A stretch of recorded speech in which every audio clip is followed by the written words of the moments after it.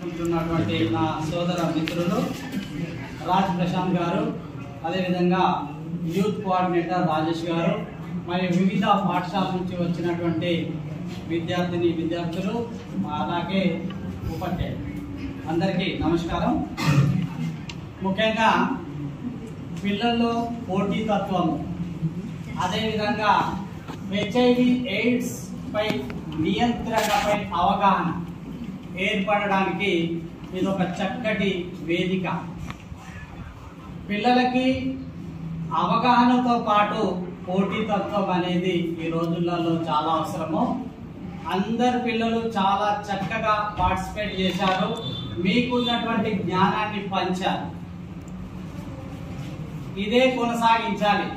నేటి ఓటమి రేపటి విజయానికి కారణం. ఈ రోజు ఓడిపోయామని మాకు ప్రైజ్ రాలేదని మీరు బాధపడచ్చు, కానీ రేపు ఖచ్చితంగా విజయం సాధిస్తారు. ఎవరైతే ఓడుతారో వారి లోపల ఒక కసి అనేది వస్తుంది. ఆ కసి, ఆ ఫైర్ కావాలి.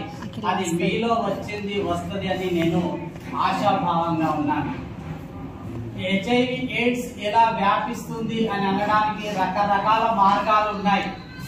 అవి లైంగికంగా తప్పు చేస్తేనే వ్యాధులు వస్తాయి అనడానికి నిజం కాదు.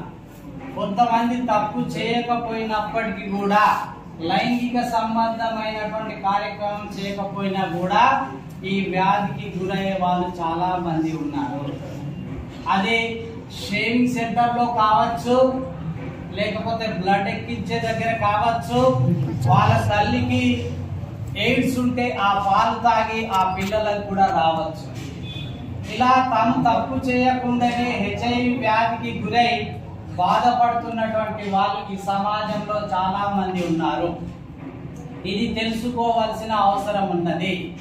దీనితో పాటు ఈ వ్యాధి రాకుండా ఉండాలి అని అంటే మనం ఎలాంటి జాగ్రత్తలు తీసుకోవాలి అనేది కూడా మీకు అవగాహన వచ్చి ఉంటది.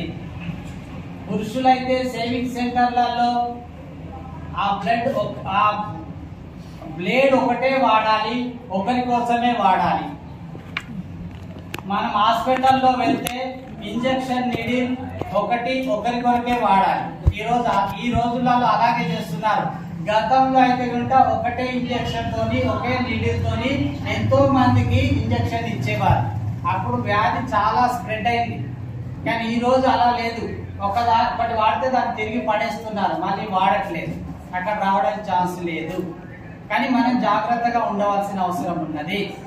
ఇవన్నీ మీకు అవగాహన కోరుతూ ఈ అవకాశం ఇచ్చిన పెద్దలకు ధన్యవాదాలు తెలియజేస్తూ ముగిస్తున్నాను.